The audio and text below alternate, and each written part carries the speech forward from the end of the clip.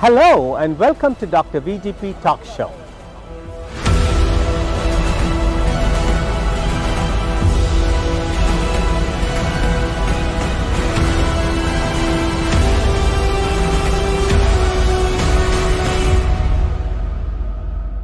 Hello and welcome to Dr. VGP Talk Show that reaches 42 million households across the world, including 2 million in America.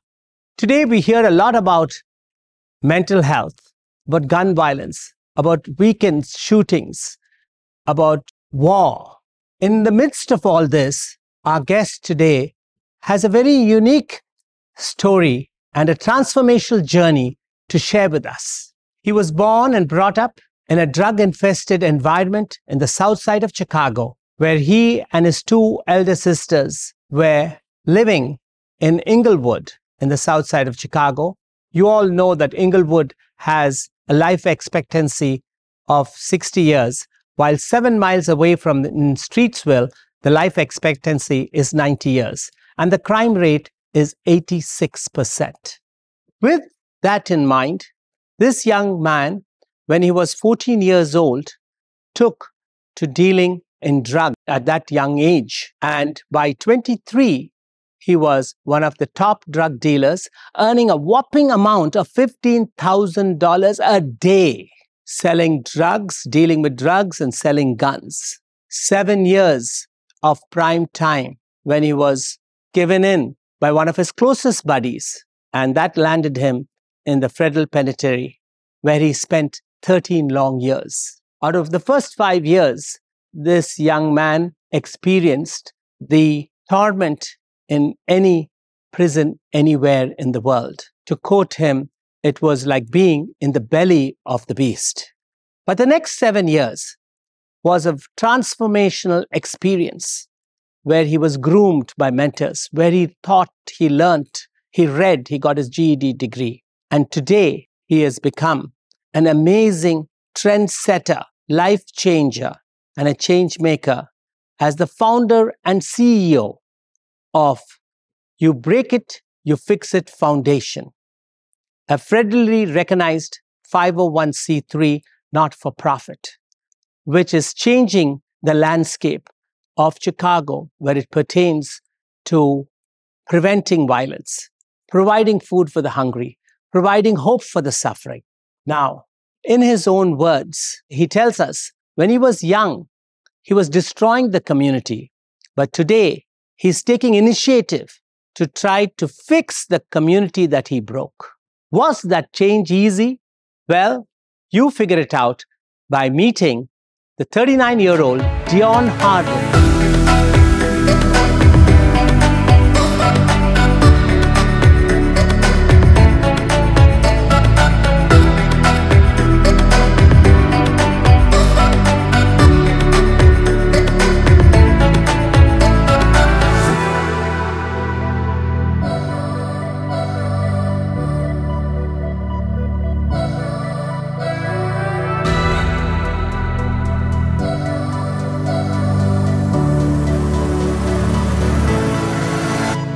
Welcome to Dr. VGP Talk Show that reaches 42 million households across the world, including 2 million in the United States. We have with us today at the Globalized Studio, DIONE HARDEN. Thank you for joining us today in spite of your busy schedule. Yes. DIONE HARDEN is the 39-year-old young executive, founder and CEO of You Break It, You Fix It Foundation. Let's hear all about his journey and about the foundation's work, what it's doing today in Chicago. DIONE, great to have you on our show today. Thank you, Dr. VJ, for having me. It is an honor and a blessing to be on the show today. I wouldn't have had it any other way. Well, yeah. Thank you, DIONE. You have a very unique journey. Yes. You know, going back to your roots. Share with our viewers today about your early childhood and how you were growing up. Okay. So first and foremost, I am a product of the south side of Chicago, the Inglewood / Gresham neighborhood, which was riddled with crime and drug infestation, and it was the bottom of the map. And I grew up in a household where both of my parents were victims of the 1980s and 1990s crack cocaine epidemic. They both were, users. And I eventually, being a product of my environment, began to indulge in the sales of narcotics as well. And this eventually led. How old were you when you were starting dealing drugs? I was about 14 to 15 years old, very young. Did you have any siblings? Yes, I had two older sisters. I was the youngest brother. And my father was in and out of jail, so he really wasn't in my life like that. So I was a troubled child without direction and without guidance. But I took a strong liking into sports, and I met a mentor of mine. His name was Coach Aaron Stevenson, and he was like a father figure to me through my grammar school days. And once I left grammar school, I was basically out of his tutelage, and I was on my own without guidance and direction. And I ended up mingling with the wrong crowds, and thus my journey to becoming a drug dealer started once I reached high school. An early start. An early start, a horrible start. But so tell us, how was your experiences? Were you living life on the edge, being a drug dealer as a high school student age? What was it like? What drove you to it? I understand your family background. You had a good mentor in grammar school. The lack of a mentor let you loose, say, free on board. So tell us about, how was it being a drug dealer in the South Side as a teenager growing up, living life on the edge? Tell us some of recall some of the dangerous, shall I say, incidents which you can recall, which will help others who are living and who are viewing us not to engage in such. Well, I have countless stories, Dr. VJ. Being a drug dealer on the South Side of Chicago in the late 90s and the early 2000s was very, very dangerous. And, but to me, it was exciting.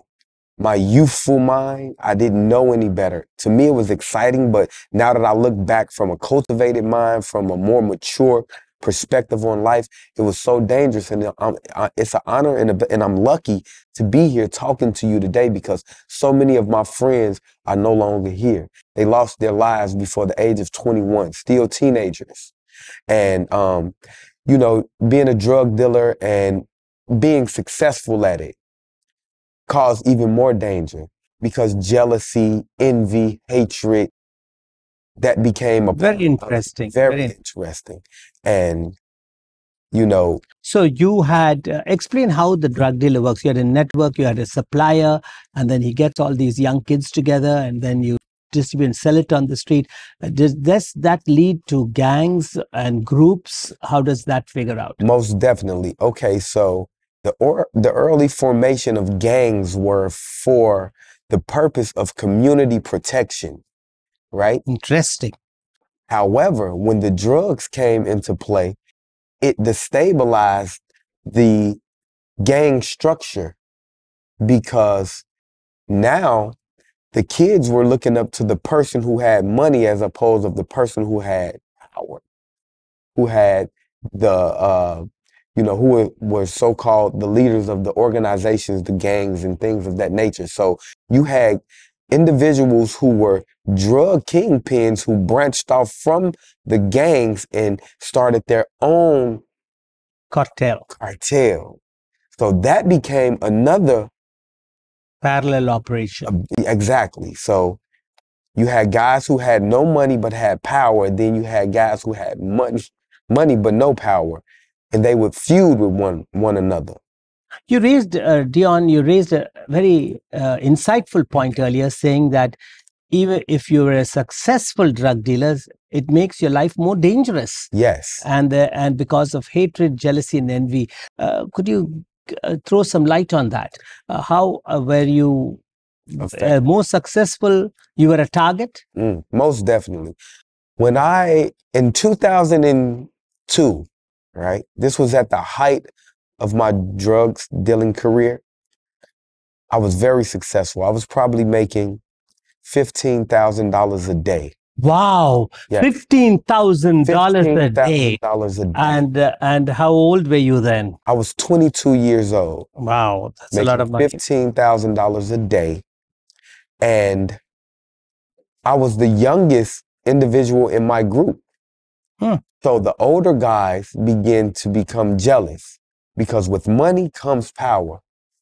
And with money, you have influence. So my dollar value gave me more influence on the guys who were even younger than me, who the older guys were courting to be a part of their organization. They wanted to be a part of mine. And as a result, I was a victim of gun violence. I was robbed at gunpoint. How many is quite frequently? Probably about 3 times within a 7-year span. Wow. I was a target for what they call the informants they told on me. They, got my houses raided and things of that nature. So it was a constant, you had to look over your shoulder.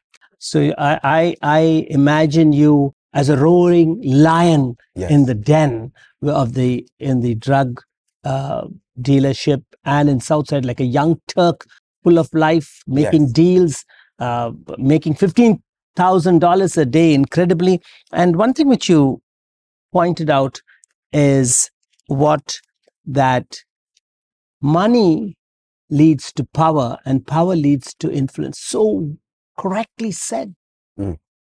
And so at that young age, for 7 years, you were yielding so much power, so much influence because you were making so much money dealing drugs in the South Side. Yes.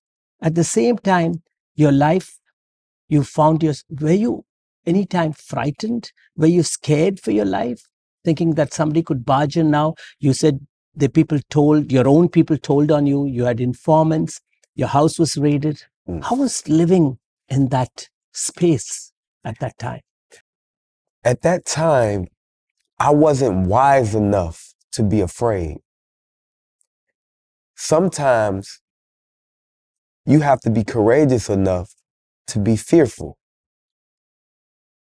And at that time, I had no fear. And the bit of fear that I had, I was afraid to show it because it would show a sign of weakness. So not only, like you said, I was a lion in the midst of this jungle, there were more hyenas and jackals. It was even a lion in the wild is a danger. So I had to maintain my position as a dominant alpha male, which caused me to do things that was outside of the nature of my own creation to protect myself and to protect my empire and to maintain my image as an alpha. You come across today, Dione, as a very profound, young, intelligent man, and you so articulately expressing yourself. Thank you. So how did this whole journey of 7 years of power, money, drugs, influence, fearlessness end? And how did it land you up for 13 years in incarceration? Tell us. Okay. So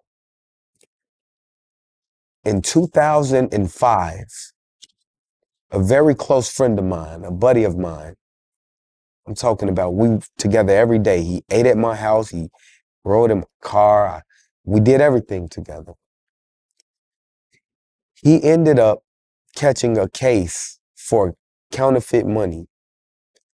And as a result, the federal agents told him that, hey, you can go home today if you give us somebody of higher value than you, someone that's selling drugs, someone that's dealing in gang activity and things of that nature.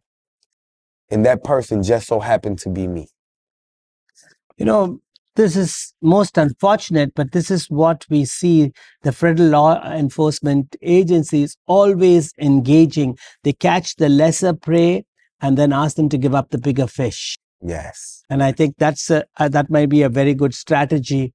I'm not anywhere in law enforcement, but strategy which played out. So your best friend gave you up.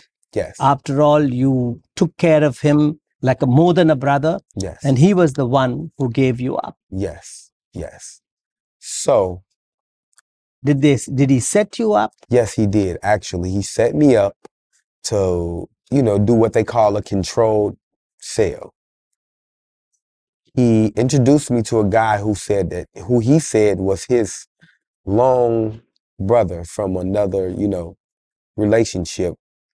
And he was actually a federal informant himself. And I met with this guy and I sold him some drugs. I sold him some guns. And I ended up with a 15-year federal prison sentence in which I ended up doing 12 years, 9 months straight. Never been to jail. This was my first time ever going into a penitentiary or facility.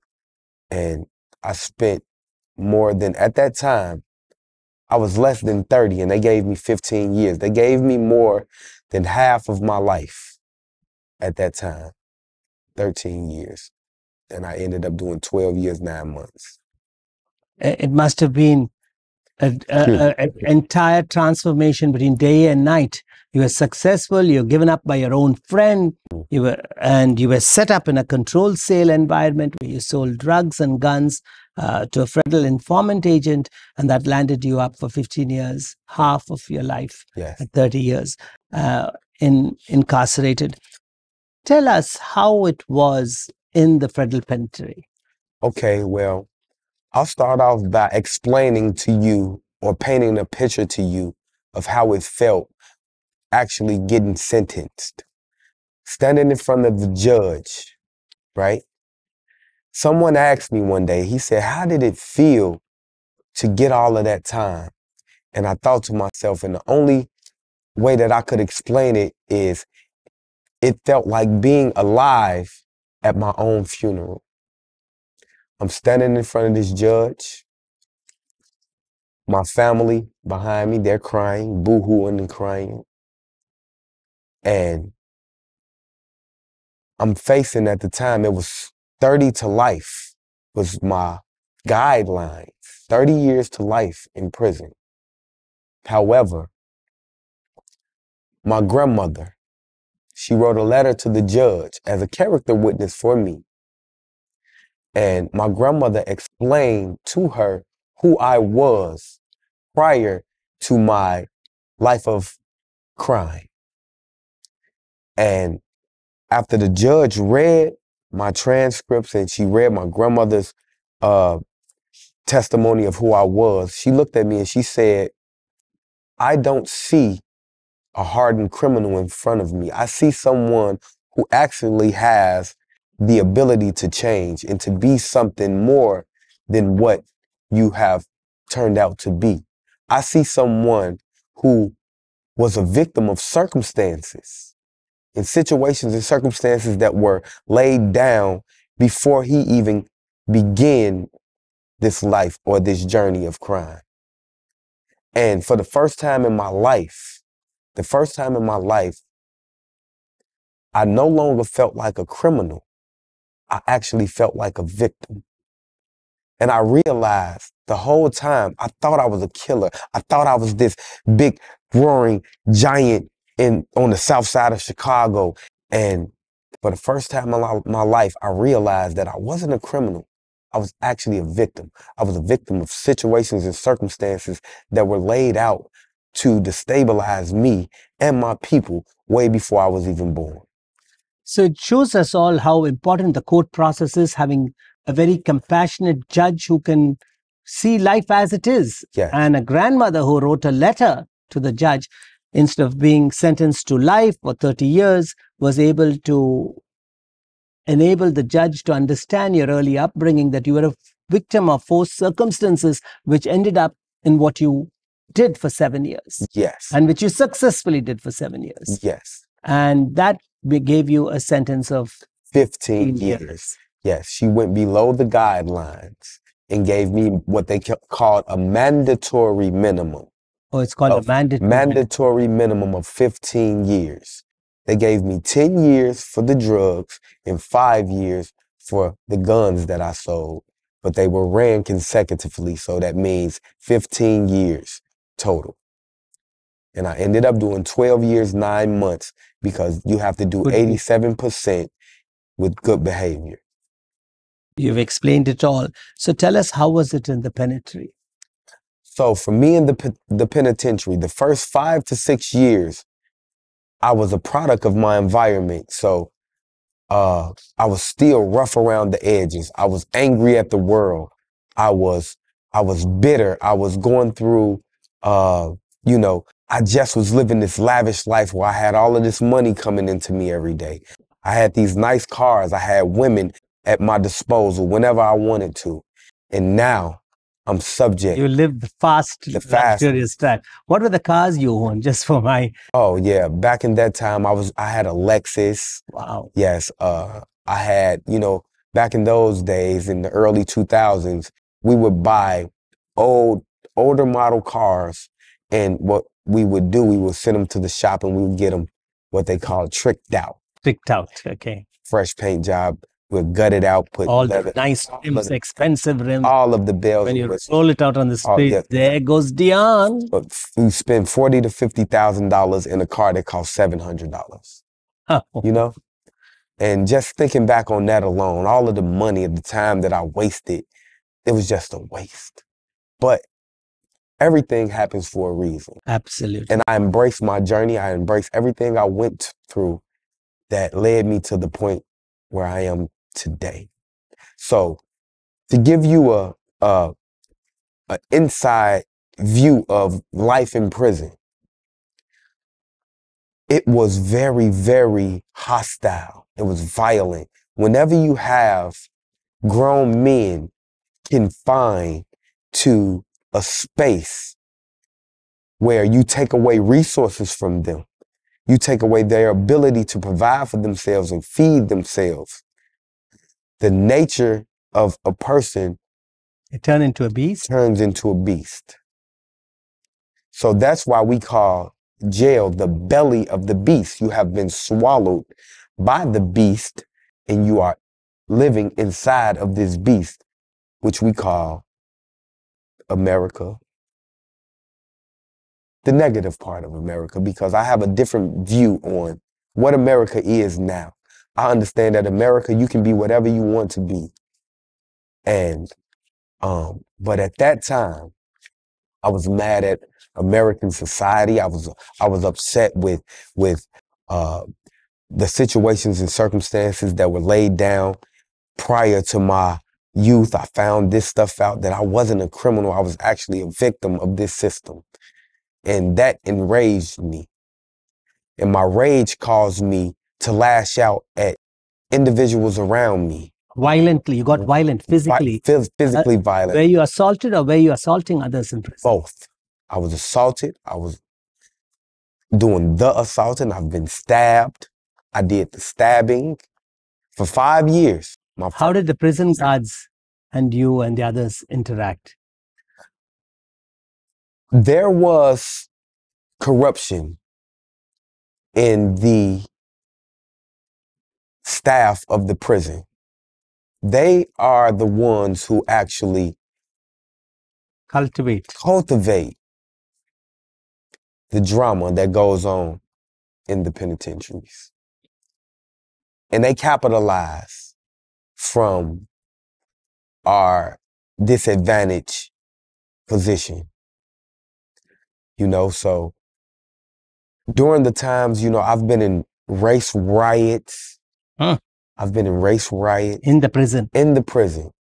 Gang wars. In the prison? In the prison. Victim of being physically abused by the staff of the prison. Sexually abused or Not physically? sexually, Physically abused. Physically abused. It was just depressing. It was one of the lowest points in my life. It wasn't one, it was the lowest point of my life. I've never experienced so much misery and just turmoil, and just it turns you into a person that is opposite from the nature in which God created you to be. That's all the downfall of what's a prison. But I think you were telling me in our earlier conversation, there was a transformation process and you got your GED degree in prison, and that changed your whole life. Yes. When you were really, just hearing you describe it, you were really experiencing how we are taught in the Bible that you're living in hell. And that brought you to your senses, realization. Tell us about that transformation, DIONE. Oh, now the transformation part. This is the beautiful part. Now, after doing 5 years, and at that time I had, 7 more to go. Long time. A long time. 5 years in, 7 more to go. At this time, I've experienced everything that the penal system has to offer for me. I've learned the ins and outs of how it operates. I'm now what you would consider to be a seasoned inmate, right? So at this time, I began to study after, when you have fights and things like that, they send you to what they call the hole, segregation. So during that time, I began to read. I read up on American history, African American history, who my people were prior to the transatlantic slave trade, in which brought us to America, and we were cultivated into the people that we are today. Once I found out who I was by nature, I fell in love with myself. Wow. And once I found out who I was and realized that I was operating totally outside of the nature of my own creation, then and only then was I able to begin to take the necessary steps towards becoming who God intended for me to be by nature. So that transformation process, DIONE, you began your journey searching for your purpose. Yes. And trying to reach out for that mantle of what your life is going to be. Yes. And so after coming out of prison, after coming out of prison, you felt of urge that you don't want to be part of the problem any longer. You want to be part of the solution. Tell us your post-prison journey.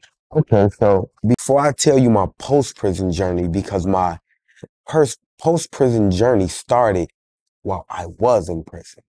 So when I reached the actual federal prison, the first 5 years I was fighting the case. This is the pre-trial era of my incarceration.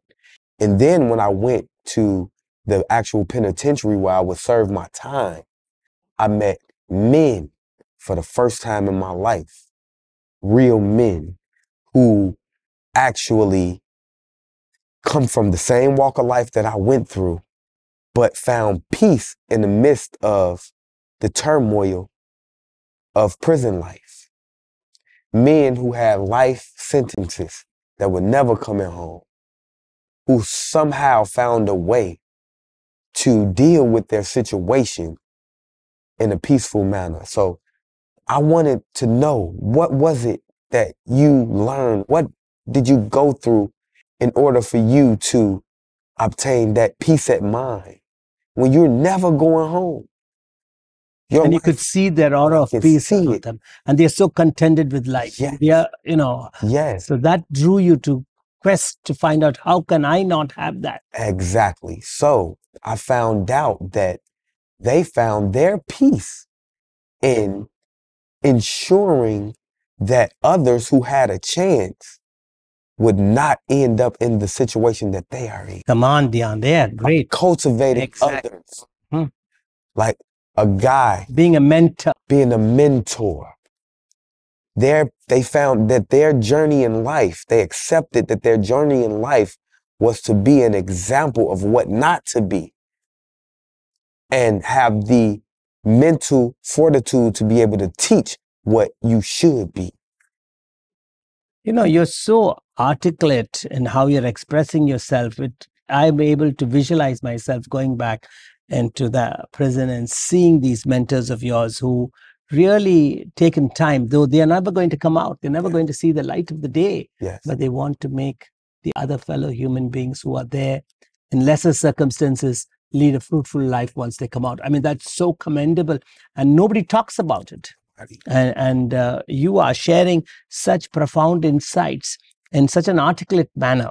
Right. And so tell us, continue telling us how you sought your new nesting ground. Yes, yes. And how you're changing the landscape from within.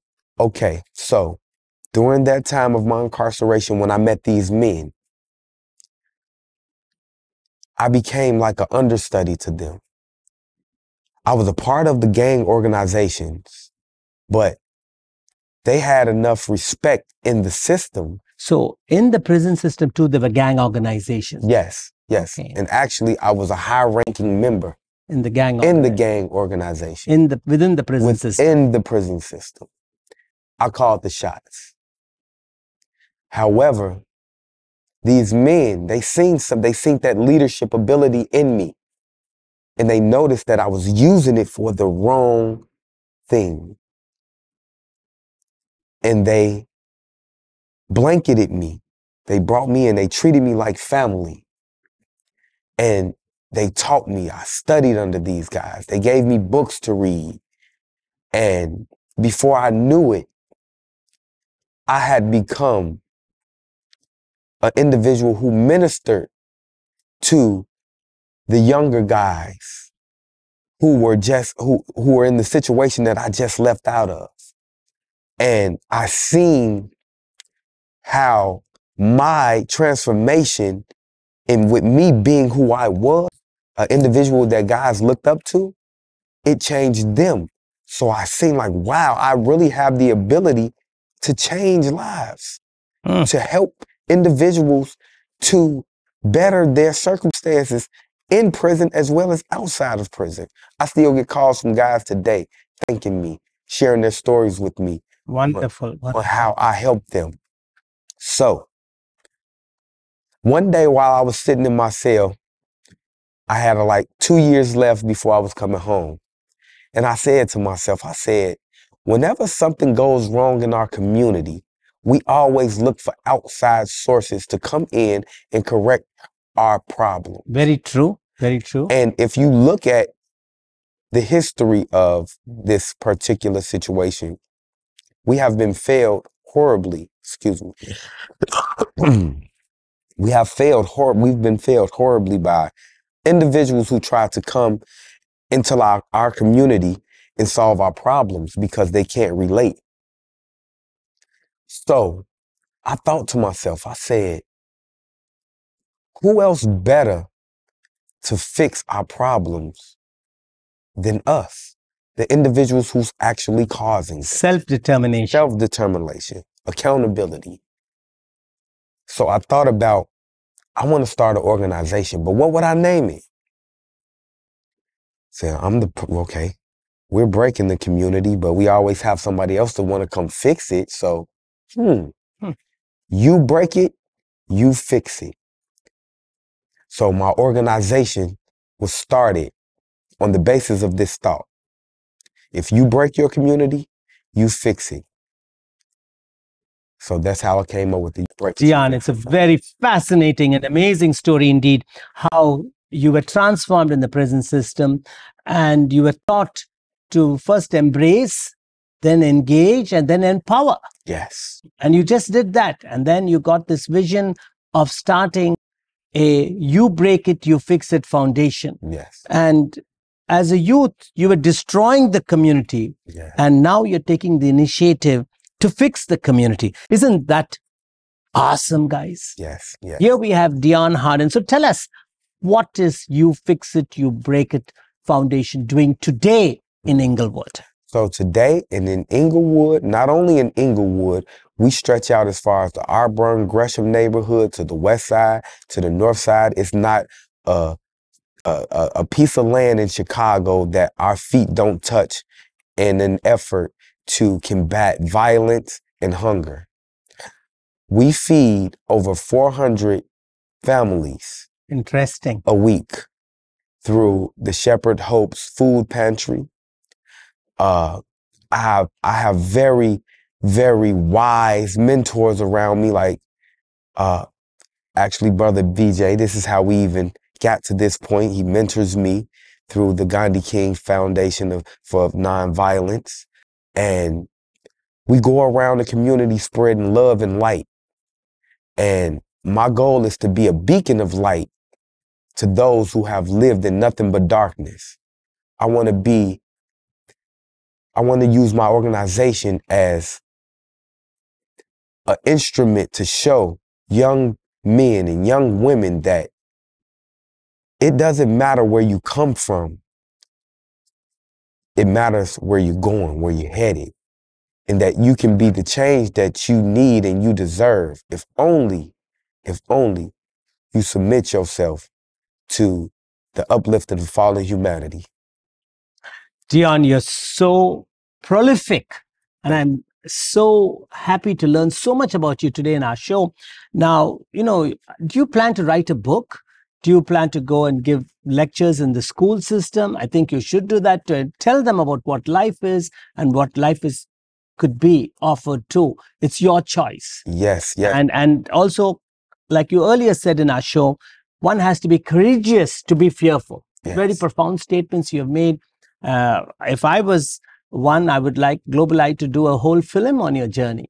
Yes, yes. A Hollywood movie with Bollywood, I'm sure. Yes. Because you are a living transformation, a living lexicon of hope today for so many people and youth. And thank you for really sharing all this candidly. And you were so bold, and you're still in the throes of the pathway, in the crossroads where you're between drug dealers, between your everyday work. You break it, you fix it. You're between drug dealers, you're between the gang violence, between the gun violence. You're seeing the poor state of people who are hungry, like you're saying, feeding the hungry, the people who don't have shelter and proper affordable housing. I mean, it's amazing to see that you've dedicated your whole life. And I love your black yellow top to shoe from, what does the peace stand for on your hat? The peace stands for peace, prosperity, the people, and protecting your own. Wow, so profound. Let's repeat it. Guys, the cap which he has in yellow on his peace stands for peace, prosperity, protecting your own, and the people. And the people. Not just black people, not brown just people, white, anyone who has the spirit of hope and change. We're not a racist group.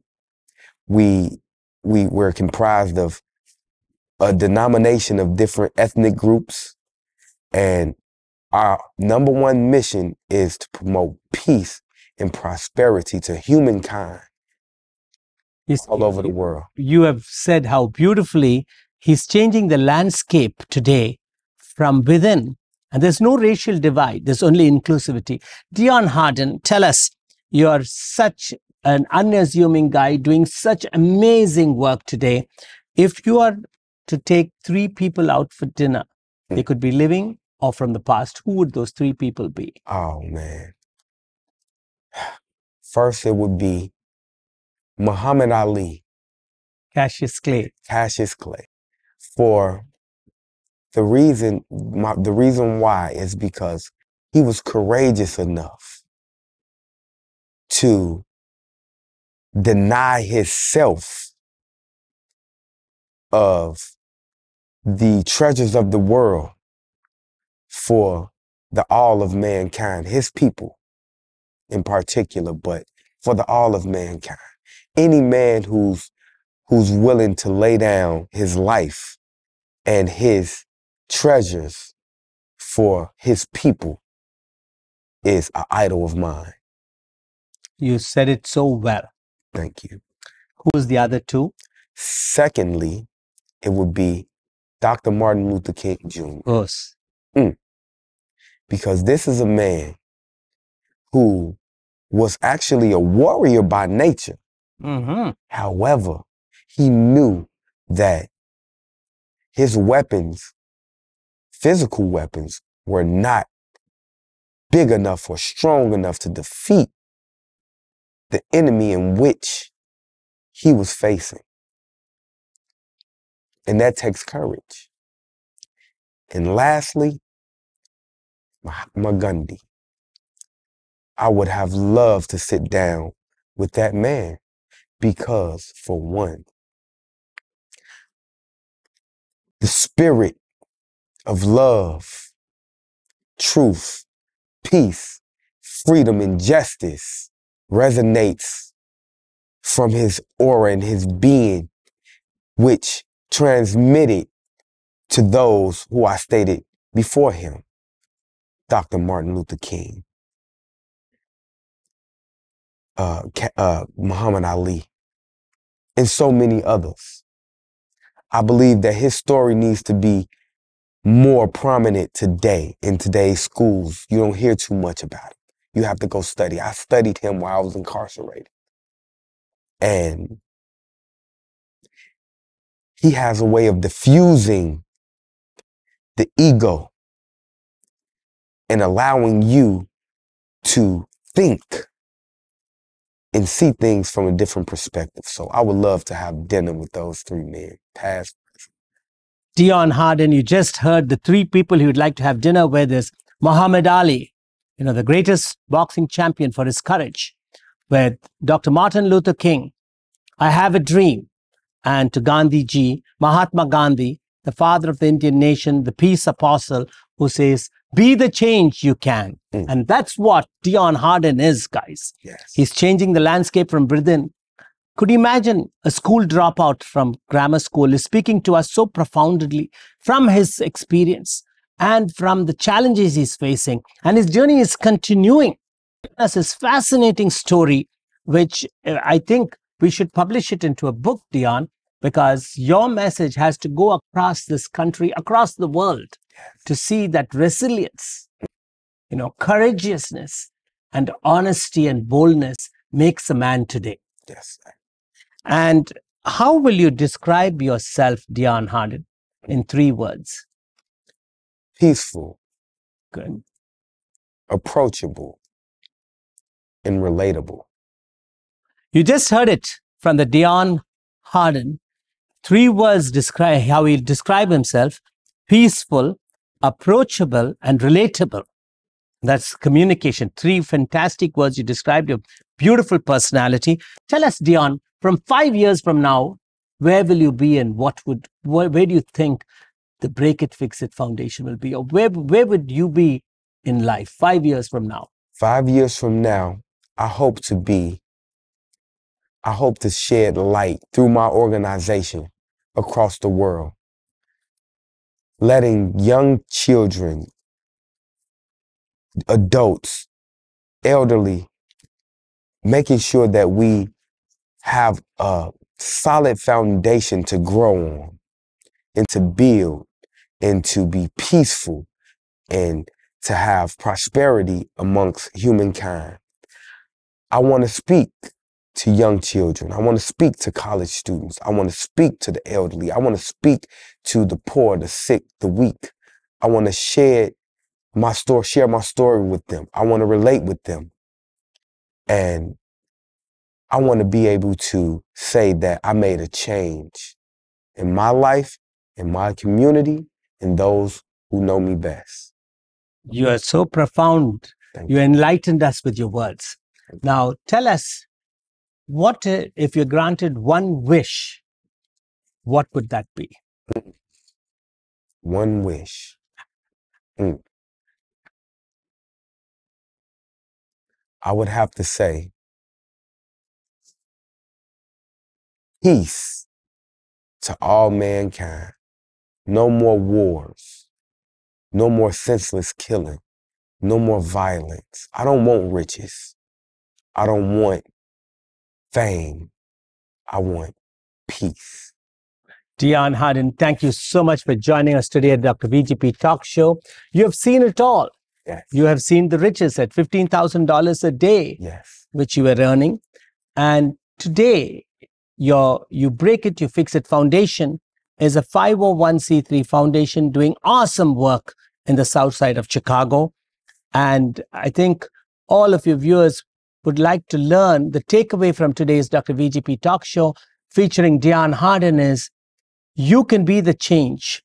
And the change, was the change easy, DIONE? No, it was not. No, it was not. Not at all. Especially when you are faced with peer pressure, guys who you grew up with. They see the transformation and they're not ready to make the change.